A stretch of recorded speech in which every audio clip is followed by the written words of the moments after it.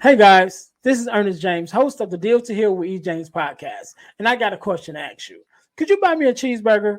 Better yet, could you buy me a value meal? Yes? Well, guess what? I don't need a value meal. However, for the cost of a value meal, you can support this podcast to keep us on the air.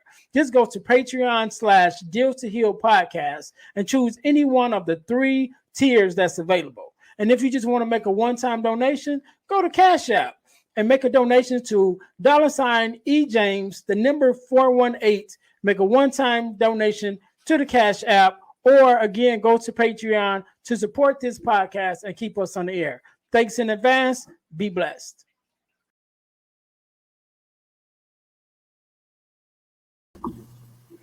Welcome to the Deal to Heal with E. James podcast. I'm your host, Ernest James, aka Friends with His Daughters on Instagram.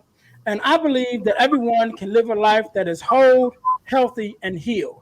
So I'm on a mission to help people to deal, heal, and fulfill.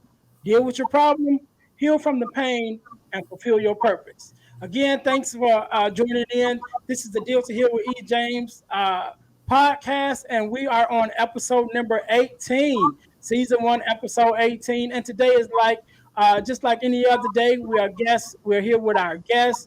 Mr. Jeermal, Sylvester, Mr. Me Too. How you doing, sir? Man, I'm great, man. Thanks for having me. Yeah. First of all, let me say thank you for being a guest. You know, I know you could be doing anything, but you decided to be here with us, and I definitely appreciate it. And so I'll let you just tell our listeners a little bit about yourself and what it is that you do. Oh man, I'm a transplant originally from Chicago, Illinois. Transplanted to South Bend, Indiana. Was there for the majority of my life. Just transitioned to Indianapolis in 2016 for a career move. But man, I'm an ex-knucklehead, ex-professional player, I don't know, man. I got a lot of X, and when I say X, it's EX. Right. But for the most part, man, I'm somebody who has a past like we all, but I found a way to use my past to help others. And you know, my goal and my mission every day I wake up is to help shine a light on somebody else. I'm a former professional basketball player, and so I always prided myself on helping other people get a shot, and I try to do that in life as well. It's a lot of people out there who want better, who need better, who desire to have better, but they don't always know how to navigate life and resources and opportunities. And so I feel like God has equipped me and allowed me to go through the things that I've gone through in my life so that I could be a bridge builder, I could be a gap filler, and I could be an answer for those who don't quite know how to get their own shot, and I can help them get a shot, because everybody want to get in the game. And I've been on the sideline. I know what it looked like to watch everybody else taking shots. Right. And so what does that feel like for me to be able to take a shot? And how do I first infuse myself in the game, but then be a part of the game and then be relevant in the game? Well, you got to take the shot, man. And there's so many people in life who have opportunities and have shots, but they're afraid to take the shot because they're scared to miss. And the only shot, 100%, man, the only shots that I miss are the ones that I don't take. Right. Yeah, and I know that's one thing that I hear in business a lot. You know, when we talk about making offers, like the only offer that somebody can't take is the one you don't make. You know what I mean? So if you have you're talking about business, but you have a product or whatever, if you don't pitch it, they can't catch it. You know what I'm saying? So before we jump in, I'm a girl dad. You know, I have a daughter. My daughter just turned 18 this year, and I know that you're a girl dad. So whenever I have a girl dad on, I have to ask them two questions, right? So the first question is, how has being a girl dad changed you for the better? Mm-hmm. And then the second question is, give me an example of something that your daughter has taught you. So how it changed for the better? I have my two oldest are girls. So I have a 32-year-old, Lanisha Lene. We call her Lala Santana. And then my middle is Denija Poca Loca. And so with both of them, with having this first, I was young. As I said, she's 32. So having a daughter and being young, you still trying to figure you out. Right. But the one thing that it helped me slow down. It's easy to keep moving and rustling and tussling when you got a boy, because you can snatch your boy and you can drag him with you. Right. But when you trying to figure you out, and for me, I wasn't all the way in the streets, but I was in the streets. It don't look good when you got your daughters running around in the streets with you. Right. And so just wanting to change and wanting her to see something different. I knew what I was raised around, and I knew what my sisters saw and what they were raised around. While I wasn't able to keep her away from it 100%, having her made me change how I looked at life and how I view life, because it's like, now I got a daughter. And what do I want my daughter to think of me? Or how do I want my daughter to look at me, or daughters to look at me? And for both of them, they both taught me perseverance and consistency, because it hasn't been great while me and their moms have tried to provide the best for them. We've struggled and we've had struggles. And so to watch them still love us unconditionally, still show up and represent not just themselves, but represent the family name, represent me, represent their mothers. It's been phenomenal to watch them and to see them as women now, and to see them, they're very dependent. Or no, they're very independent. Let me take that back. Right. About saying they very independent. They don't ask for much, and when they do ask, it kills them, because they want to prove it not just to themselves, but they want to prove it to me. Like, Dad, you showed us well. We know what to do. We know you showed us how to work. You showed us how to go and get it. And so they some go-getters. And so I'm very proud of both of them, Nisha and Denaja, because they've showed me in times where I wanted to quit, or wanted to give up, or thought about, is this worth it? I watched them in their young lives go through it, and they've been through some things of their own, not just what we put them through. They've been through their own journey, and watch how they show up, and they show up big in everything that they do and everywhere that they go, and so it's I joined the shotgun club first when I got right. I definitely joined the shotgun club, but it's been cool to sit back, and I know that Kobe and those guys make this whole that girl dad thing. But it's been cool to watch my two girls grow up and evolve into who they are. They both have their own unique identities and personalities, but that's how God made them. And I love how they walk in who God called them to be, not who I wanted them to be, not who their mothers wanted them to be, but they're walking in their own greatness and in their own destiny, man. And it's beautiful to watch it unfold. Right. It's two things that you mentioned that I want to touch on real quick. Mm-hmm. So my first guest that I had on the podcast was a friend of mine named Yana, and Yana is a young lady who was a fatherless daughter growing up, and now she's a coach that helps fathers who were disconnected from their daughters to reconnect with their daughters. So she's doing the opposite of what she was. She was the daughter, but now she's helping fathers connect with their daughters. And one of the things that she said, she wrote a book, she wrote an ebook, and one of the things that she said was, that she wanted fathers to think about is, what kind of father are you going to be? So what kind of father are you going to be? Not only to your daughter, but in front of your daughter, so it's one thing to show them how, you want to treat them, but it's another thing to show them how to treat other people by your actions. Right. How you treat the people that you don't need, how you treat the garbage man or the waiter or anybody like that. So it's not just so much of, what you're showing to them about, your relationship with them, but how are you representing fatherhood and manhood just to everybody else that's around you, and I know that you pointed that out, that, being that example to them.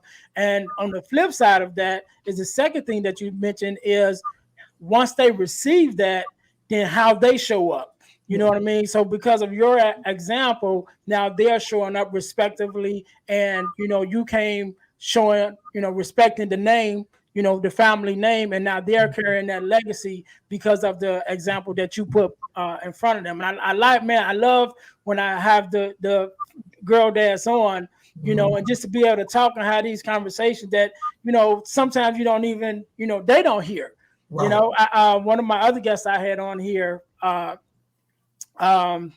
her name just skipped my mind real quick, but I was on her podcast earlier this year, and we did a whole thing basically talking about me and my daughter, and so I was able to send that podcast to my daughter because it was conversations that maybe I thought about, but it was stuff that me and my daughter probably never would have talked about. Yeah. But I was able to send that podcast to her, so she can just hear my heart. You know what I mean? And that's why I said I love to have these conversations with girl dads, and for them to hear that it's some good fathers out here, man. You know what I mean? And it's some good fathers that, even though whether we could be there full time as a full-time dad, physically, because we're always a full-time dad, but we always can't be there physically. But we still have that same love, for our children, not just our daughters, but daughters got a special spot for me, because that is what it is.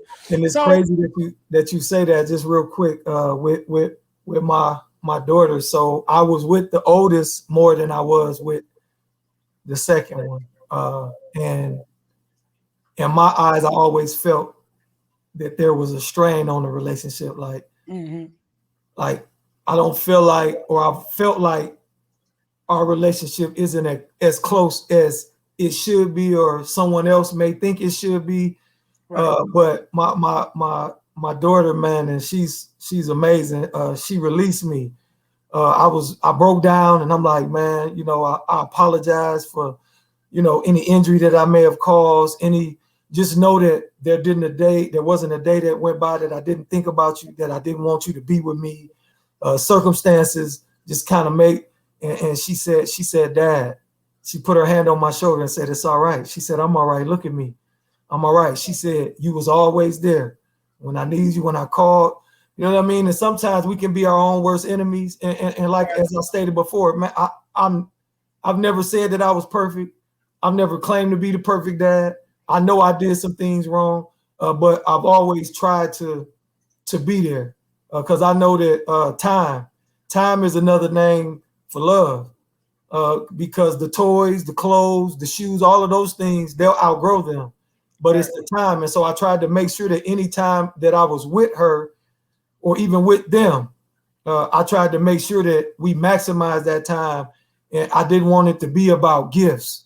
You know what I mean? Like, it's not, it's presence, PRESENCE, not PRESENTS. Right. Presence over presence.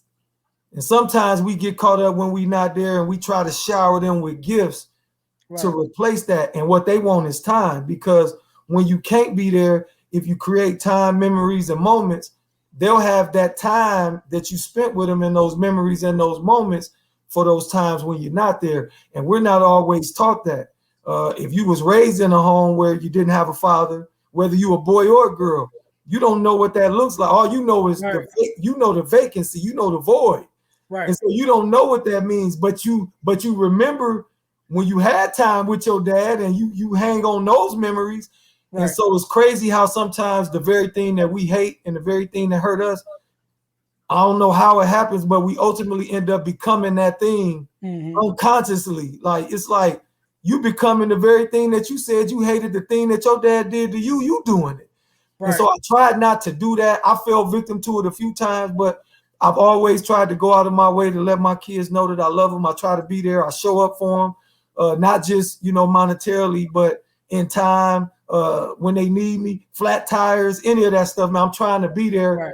Because I know what that feels like. I know what it feels like to be let down. And that's one of the worst feelings in the world. And I hate telling my kids I can't. Right. I've always but I've learned that delay is not denial. But I hate telling my kids no, because it always takes me back to those times when my mom told me no, and I know how I felt. It crushed me.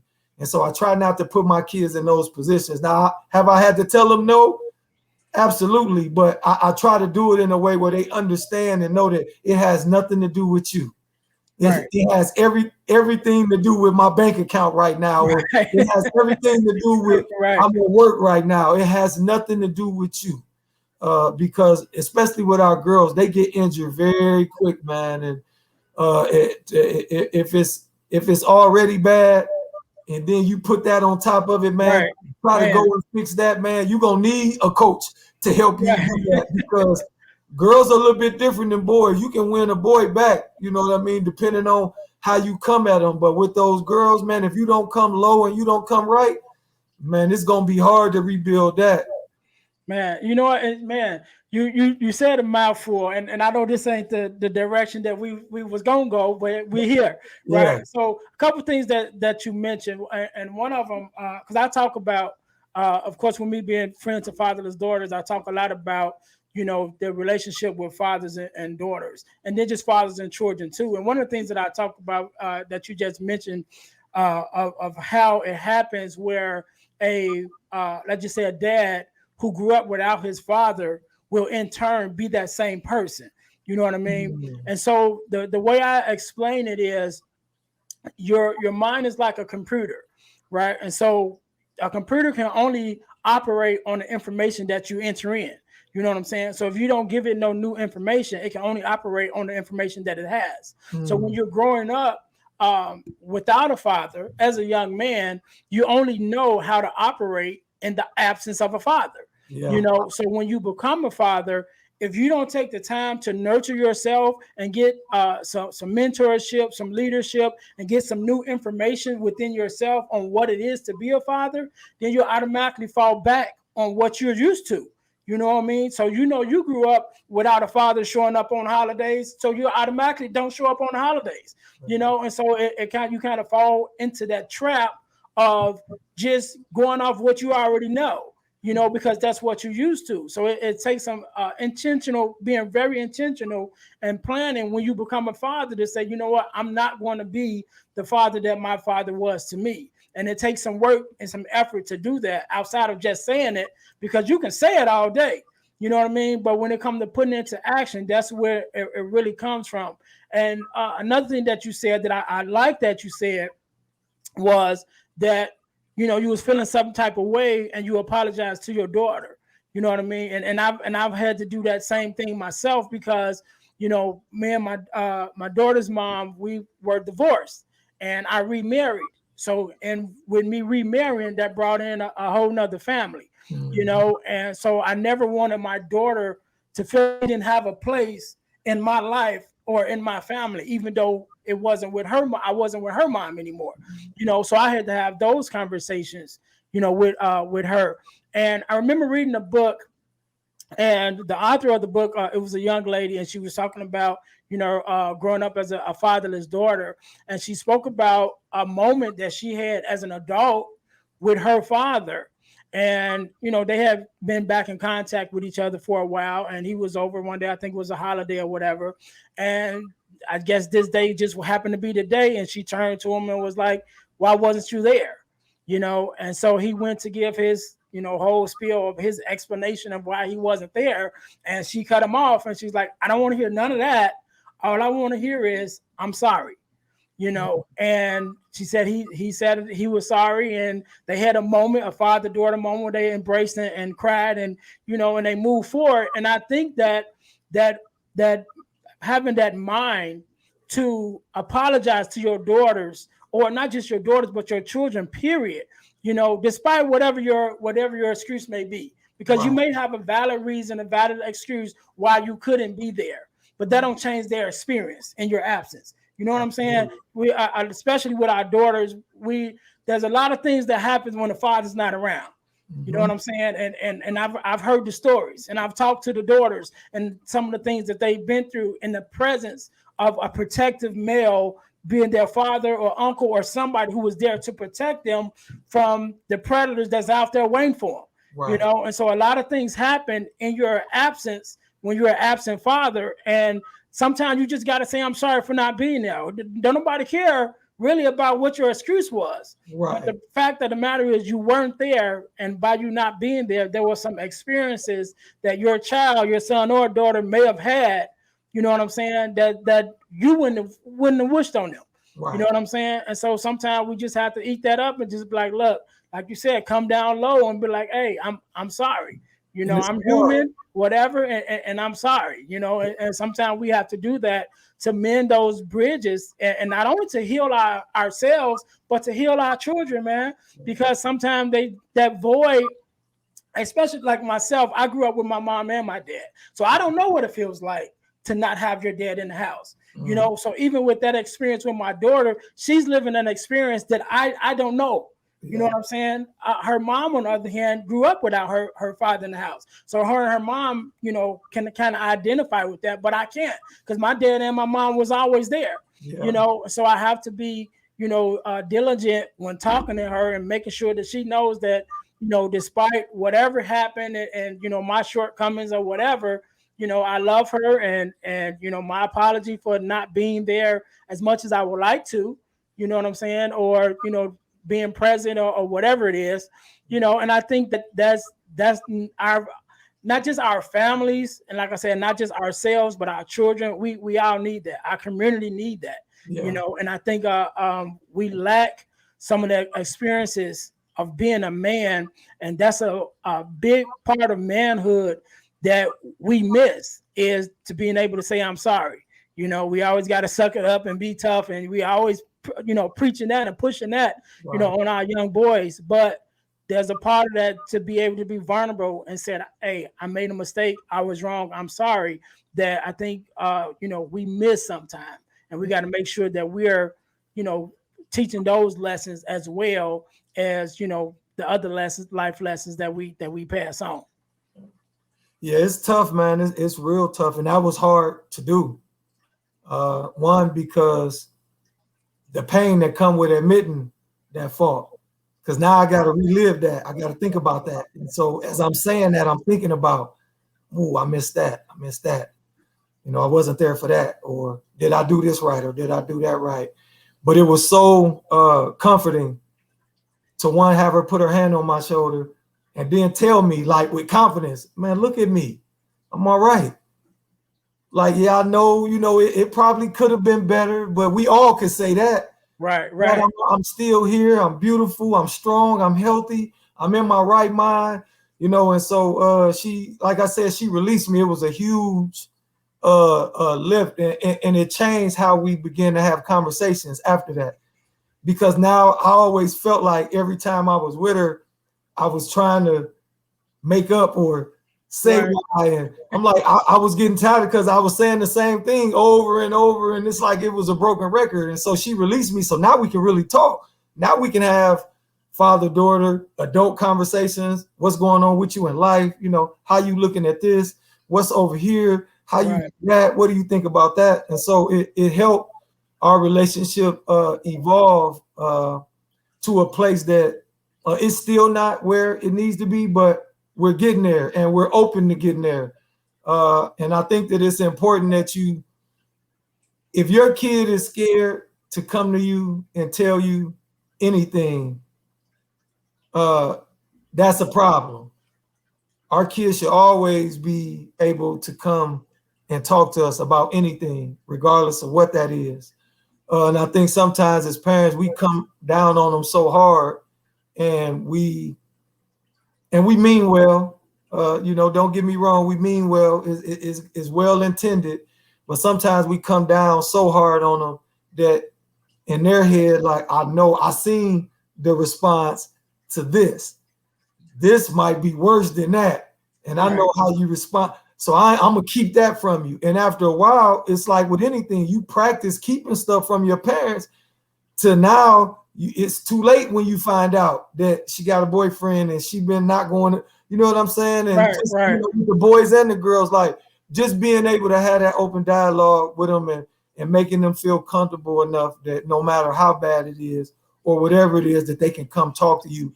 And you said something earlier. How do you do that when you've not been trained to do that? And so it's on the job training. And so we drop the ball a lot of the times. And if we don't have a coach, or if we don't have a mentor or somebody to kind of pull our coattail to say, hey, you mismanaged that, you end up continuing to do that. And now you got 3 or 4 kids where that's how you've dealt with the relationship. And all of those relationships, while they love you and you love them, they're not where they should be because of the mismanagement, because you only know what you know, and you only know what you've been taught or what you've seen. Aristotle said we are what we repeatedly do.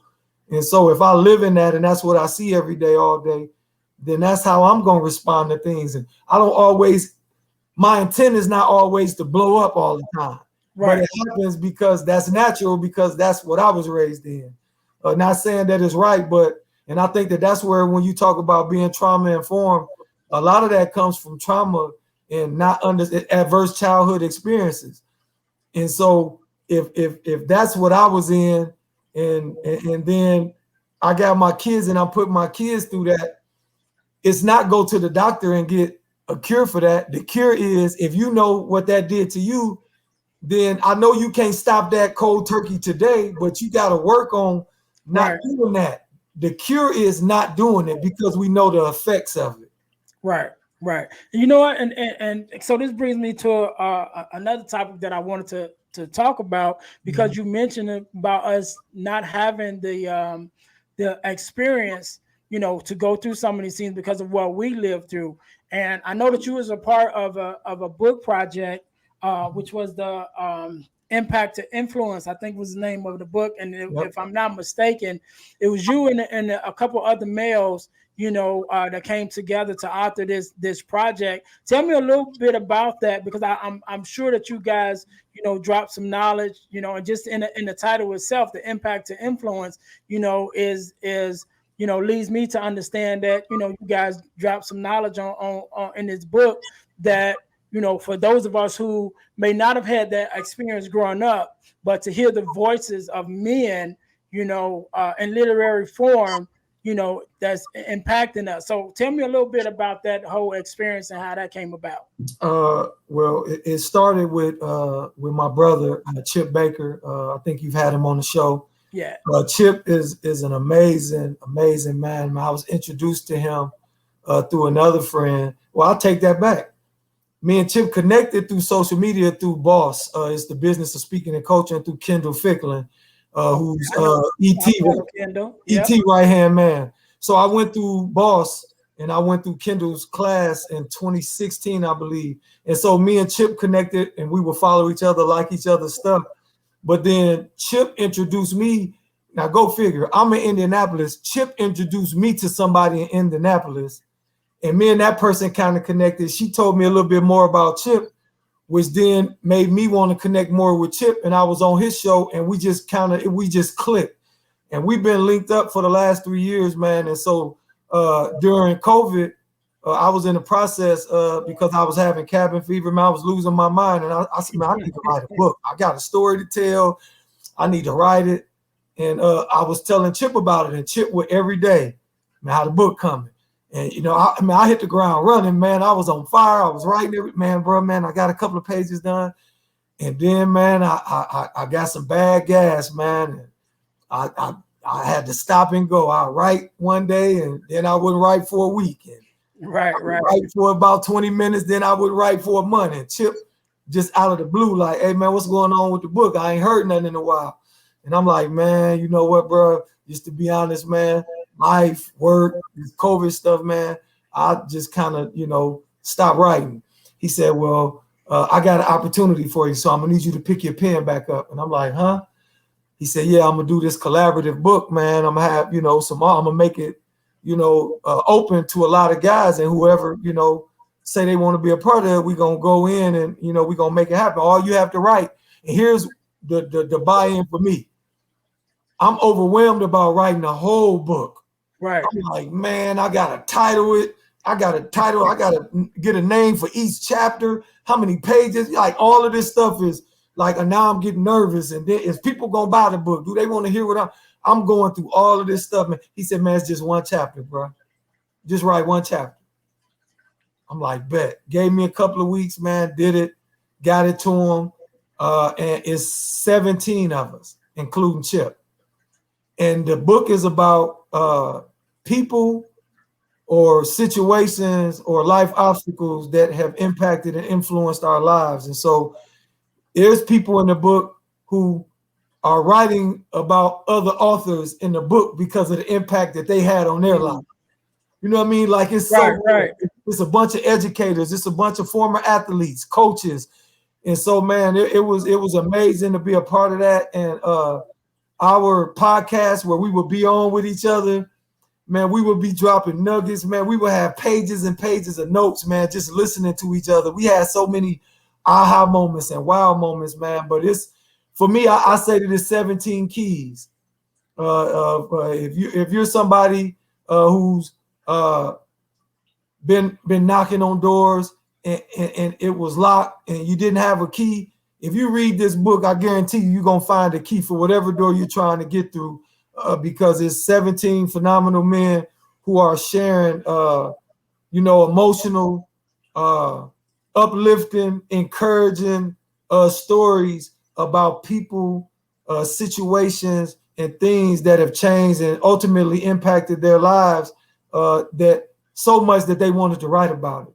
And so I'm thankful to Chip for making that opportunity for all of us. But for me, like now I can say that I got a book. And so it made it a lot easier when I went back to continue to start back writing my book, to finish my book, because I got a chapter underneath my belt. So I know that I can do it again. But it's a great book, man. It was great to be a part of that process and watching, from start to finish, how that unfolded and what it takes to put out a good book, man. And I'm thankful to Chip, man. That's my brother, and we locked in, man, until they throw dirt on both of us, man. That's my brother. Man, I'm glad. I know I talked to Chip. Like you said, I did have him on, and I even mentioned to him about doing a episode with, get a couple of you guys on here and then just, have that conversation on how that all came together from each of y'all different viewpoints. So I'm looking forward to putting that together. That was something me and him was working on. So and again, also I know what you're talking about with that writing that book, man. So I've been working on one of mine, trying to get it done. And, I got that first chapter under my belt. You know what I'm saying? But it's like trying to get the rest of it out. So I understand 100% with that. They say an elephant is huge. Like, man, how do you eat an elephant? Well, it's one bite at a time. Right. And so just, don't, like, the first thing that he taught me was I got hung up on my title and then what the cover was going to be. I probably spent a month scrapping, redoing, and he said, man, bump all of that. Don't worry about that until the book done.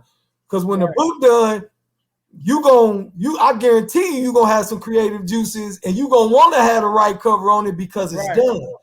To worry about it'll name itself, and you ain't even got the book done, it doesn't even make sense. And so, he told me, man, get your concept of what you want your book to be, target audience, who you trying to reach, what's the message, what's the takeaway, and then you start writing what are the things that happen in your life that you were going to interject in a book, and those are the chapters. Mm-hmm. Yep. So knowing that process makes it a lot easier. My God, it made it so much easier. Yeah, I know my thing. I've done the whole thing and either written out the chapters on what each chapter will entail and everything. Like you said, it's just sometimes just that sitting down and being still. You know what I mean? Because in the moving, the day-to-day life or things that you got going on, sometimes you just take that moment like, okay, I'm gonna sit down, I'm gonna be still, and I'm gonna let it come to me. You know what I mean? And not stressing yourself about it. So, but you know what? One of the things I wanted to mention is, you guys coming together and sharing your stories and sharing about different things that may have taken place in your life, experiences or whatever. And I know that that's a big thing with people, right? So sometimes the things that people go through in their past, they allow their past to imprison their future. You know what I mean? And so their past imprisons their future or their present, right? So let me say it this way: their past imprisons their present, and by default, it felonizes their future. Yeah. And so if you're a felon, you know, there are some rights that is taken away from you because you're a felon. So what people do, they, you know, hold themselves hostage or prisoner to their past. And so they automatically pull away some of the opportunities and things that still may be open to them. But because they're so locked so much into their past, they don't allow themselves to, you know, overcome some of those things. So if you were talking to somebody, you know, just about, you know, getting not allowing your past to, you know, dictate your future, what would be some advice that you would give them, you know, to help them move forward? Man, the number one thing is you capital YOU are not the total sum of the worst thing that you've ever done. I was a victim of my past. I allowed my past to make me feel like I wasn't worthy, that I didn't deserve, and in doing that, it kind of lets you off the hook and allows you to make bad decisions, things that you know are unbecoming of who you are and what. And so I had to learn. I'll never forget. I went to go apply for a job in corrections, and I gun charge, weed case, and I'm like, why am I trying to get a job at the juvenile prison? They lock people up for the things that I got in trouble for. Why would they give me a job? And I'll never forget, on the application, they asked, have you ever been convicted of a felony? And I'm sitting there and I'm like, man, I really want this job. It's $3 or $4 more than what I'm currently making doing the same work. Child support on my head. Like, this can really help get me from underneath child support. And I'm like, man, do I answer this? Like, how do I get around this? And I said, you know what? I said, I'm gonna write on here, please let me explain. And then I got me some lined paper and I wrote a 2-page letter, because what I recognized was people, if you let them. Oh, so when I got in trouble, it was in 1996. It was 2000. It was 2001 when I applied for this job. For me to allow you, or for me to allow myself to be held to what I did in 96 and 2001, that's not good. Right. And so I wanted to explain to them who I was in 96 and what forced me, or how I was thinking in 1996, where I was in my life, why I made those decisions, why I did what I did. But I also wanted them to see that in those 4 years that I had transitioned and I had grown, and here's who I am right now. And I said in the letter, I'm not going to allow you to allow what I did in 96 keep me from having or gaining this job in 2001, because I'm not the same person. And that I could be an asset, because what I've gone through now, that allows me, now I become a teacher. If I'm wise, if I understand now, when we go through stuff, it ain't for us. We get so hung up when we going through it that, man, poor me. Why is this happening to me? It ain't for you. It's for somebody else, or it's for your next. You just got to make sure that you go through it and you get out of it the lessons, the learnings, the teachings, the wisdom out of it, so that when you move to your next, whatever that next look like, you'll be able to manage and handle what's in front of you because of what you learned from what was behind you. Most people tell us to forget our past. I like looking back. Now, I don't look back long, but I look back long enough to look and see all of the things that I've overcome, so that I can say, you know what, I'm a bad man. Right. You know what? That's something that I talk about when I'm talking to different people about. You know, you get asked the question, why do bad things happen to good people? Mm-hmm.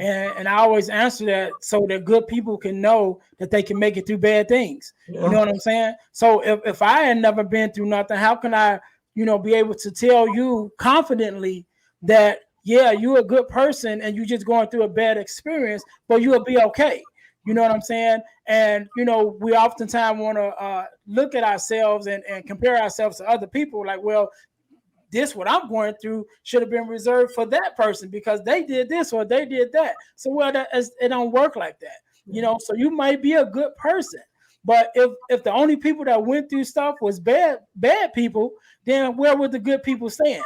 Wow. You know, and like we say, you don't know what a sunny day feels like until you had some rainy days. Absolutely. You know what I'm saying? You don't appreciate it until you had some stormy days, you know? So I definitely understand that. And I like what you said, you know, that you put on the application. Let me explain, you know, and that just kind of hit a little different to me because just like in your case, you are not always who you were at that point in time, you know. And even if we reflect back to, you know, we talking about our relationships with our daughters, you know, I'm sure there were some times in my life or any father's life, you know, dealing with you know, love and hate with the mom, and there were some situations that we probably not too proud of. Absolutely. But we're not that same person, you know. And then to be able to, you know, go back, like I said, going back and apologize to your daughter and let her know,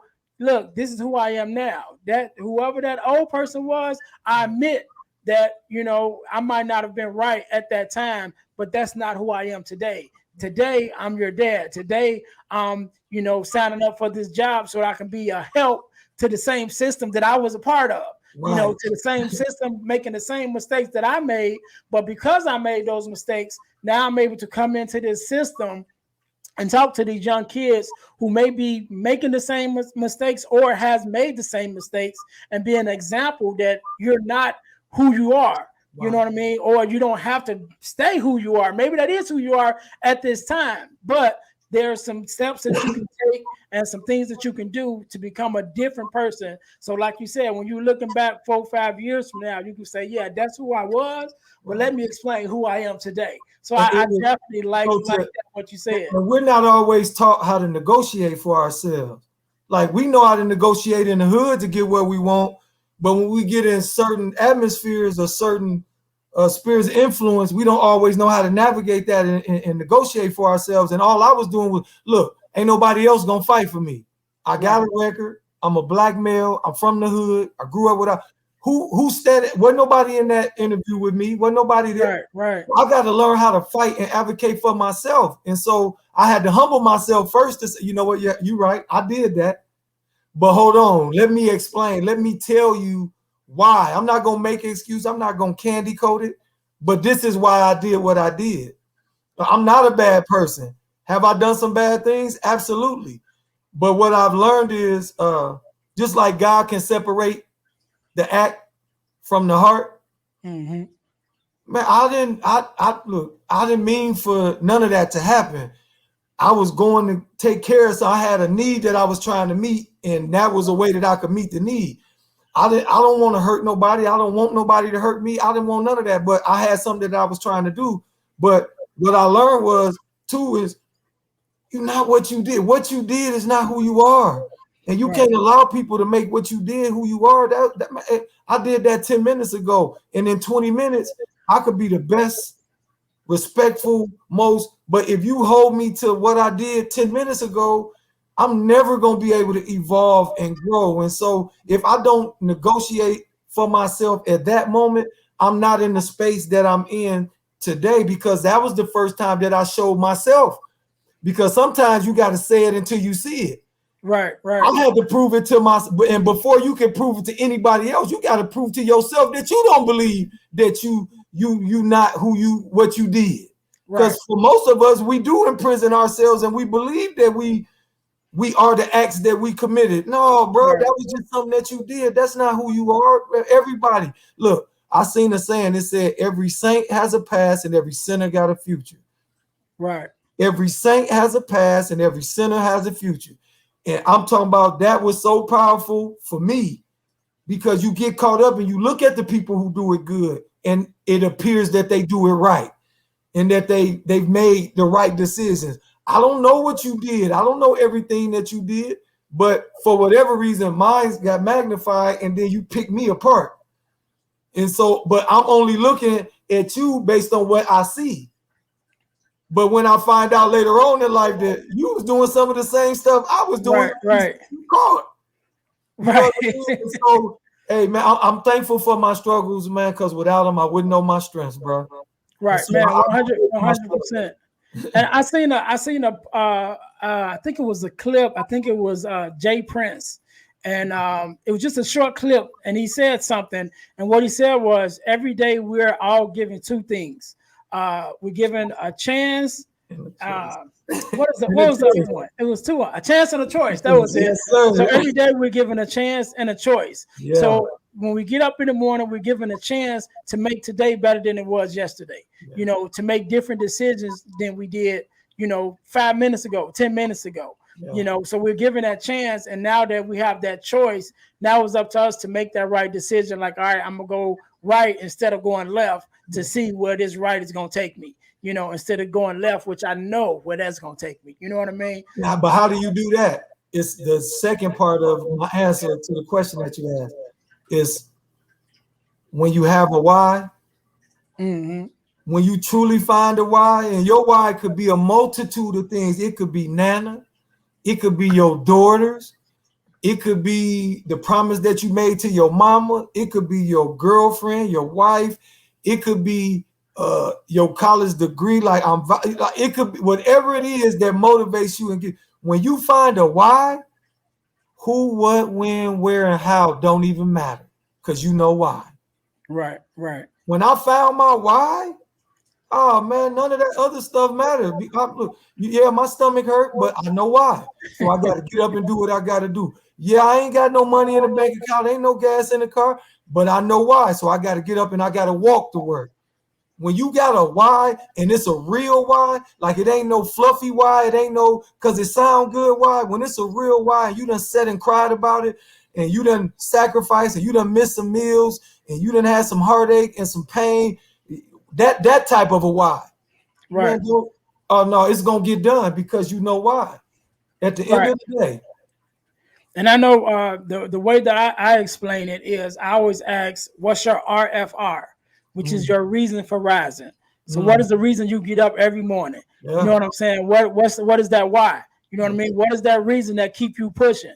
And as long as you keep that at the forefront of your mind, like you said, it could be your mom, could be your grandmom, could be a promise that you made to yourself that you're going to be better today than you was yesterday. So when you get up, you keep that at the forefront of your mind. Okay, what's my reason for rising? This is the reason why I'm getting up today, because I want to do something that's going to make me better than I was yesterday. And you keep that why in front of you and you press forward. And before you know it, you're so far from who you used to be, but so closer to where you want to be. Absolutely. Man, we can go here all day. We already been on here almost an hour, right? But man, I want to say again, thank you, man. Thank you so very much for being on here and sharing your story with us. Definitely, sharing your love for your daughters, because that's a conversation I never get tired of having. The conversations with the girl dad. So again, I thank you and I appreciate you for just being on here, man. Man, I thank you, man. And I this is, in all the podcasts that I've done, this is probably the first one where I've gotten to talk about them in depth or at length. And so I can't wait to get the episode. And I would love to, at some point, it would be nice to have them on. Like, if you could get on and you can have your daughter on and I can have my daughters on, and we could just have a powwow and just really, I don't want to say scripted, but have those questions to get to where our listeners, because I think I had a conversation with some high school kids, man, about 5 years ago. And I'm a temperature. I check the temperature everywhere I go. And I'm subbing for one of my friends. And I'm like, man, why is this? I'm hearing this echo of, man, you need to have a conversation about your dad not being in your life. I share my story about my dad not being there, and I shared to my mothers out there. If the dad is a piece of what, it's not your job to impose how you feel about that man on your kids. Right. I'll say that again. It's not your job as the mom to impose how you feel because of the breakup or whatever, he cheated, whatever happened. It's not your job to impose how you feel about him on that child. If he a piece of, you know what, that child in time will find out on their own organically, and you let that happen. Because what tends to happen, we've been talking about who I was in 96. Exactly. That's not who I am in 2001. And so for a lot of fathers who try to come back, if you've been telling this child for the last 10, 15 years that they daddy ain't nothing, he don't love them, he ain't this, he ain't that, he ain't never tried to, when he try to come back, that kid gonna stop him in his tracks. And a man is only gonna put up with so much disrespect coming from something that he know. Do you mind? But you're not gonna be talking back to me. You're not gonna be talking to me like I'm not your father. But that's what ends up happening in those relationships, man. And it's bad, and it make bad with the kids, because I told them before the kids start crying, because I said, what's going to end up happening is you're going to allow your anger and hate to allow you to miss out on a key and an answer to something that only your father can answer. Right. I used to wonder how I tick and how I talk.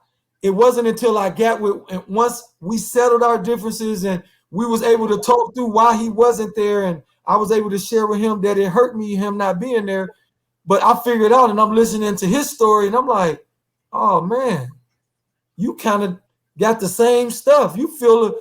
But if we don't give him an opportunity to come back, and like you say, if I don't give you the opportunity to come back and explain, come on, man, how can I? Because I know I stayed up plenty of nights as a child wondering, like, why did I do that? And it wasn't like that wasn't my mama DNA. That was my daddy DNA. Right. Me do that. But if I don't get him to talk to, and I can't talk to my grandfather who raised him, like that's where the keys and the answers at. And so we gotta allow those Look, I told him, you don't gotta have a father-daughter or a father-son relationship.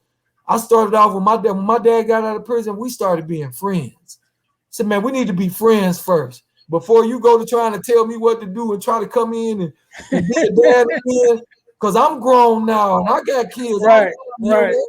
And so we would one day for an hour, we would listen to music. We would get something to drink and we would listen to old 45s and 33s, and we would listen because I love music, but I got it from my dad, and I know that. And that's how we built, and we built it back up to now we father and son, and we can be around each other and we can talk. But I had to get to a place and humble myself to allow him to come back in. Because if I would have listened to all of the stuff that my mama pumped into me, I found out on my own after 6, 7 Christmases falling asleep in my coat that he wasn't coming. My mama said he wasn't coming. I'm like, yes, he is. And then he didn't come. I learned on my own the hard way that he's not coming. Right. And so that's a while it was hurtful, and I know that it hurt the moms to see their kids go through that, but you let that happen organically. Don't do that, because some of these dads, like at the end of the day, we said it, both of us have said it multiple times, man, you can only do what you know or what you was taught, and most of them wasn't fathered. And so what do you do when you don't know what to do? You either fight or you run. And for most of us, I'm gonna tell you this, and then we can sign off. Most of us, and I know that I've had those thoughts in my head, some of us, because of what we can't provide, because we've said in our heads, laying down on our backs, looking up at the ceiling, my kids will never go through what I went through as a child. And when we don't feel like we're adequate or we have those things that we can provide for our kids in that way, we feel like they better off without us being there. We feel like they better off without us being there, man. And that's where the absence come from, is because we've told ourselves that, you know what, because I can't get them the Jordans, I can't put them in a house, I don't got a car, that they better off without me being there. And that's the most hurtful thing that you could ever do to a child. Right. And you know, I think a lot of that comes with us sometimes as adults growing up and misplacing the importance of that presence over presence, you know. And a lot of times, because of a father who may have grown up without his father, he can identify with the presence of a father because he never had that. But he did get gifts every now and then. You know what I mean? So he equates it to that. Well, let me give these gifts because he don't know what the presence is like. So he don't know that presence is more important than those presents. You know what I'm saying? And so that's, man, we'll be on here forever talking about this. But man, that just means we got to do another episode. I'm ready, man, bro. Again, I thank you. I thank you, man. I know that the time is spent, but just again, I want to thank you for being on here. You could have been doing anything else, but you took out the time to spend it with me and my listeners, and I definitely appreciate you for that. Man, thank you for having me, bro. All right, no problem. Again, this is Ernest James. This is the Deal to Heal, Deal to Heal with E. James podcast. And I want to thank you guys for tuning in. Thank you guys for listening to us. And until next time, we'll see you next week. Hey guys, I know you're enjoying the podcast. However, don't forget to join our text line at 866-326-0730. That's 866-326-0730 in order to receive text messages with new events and things that is going on and new episodes as they release. All right, see you in a minute.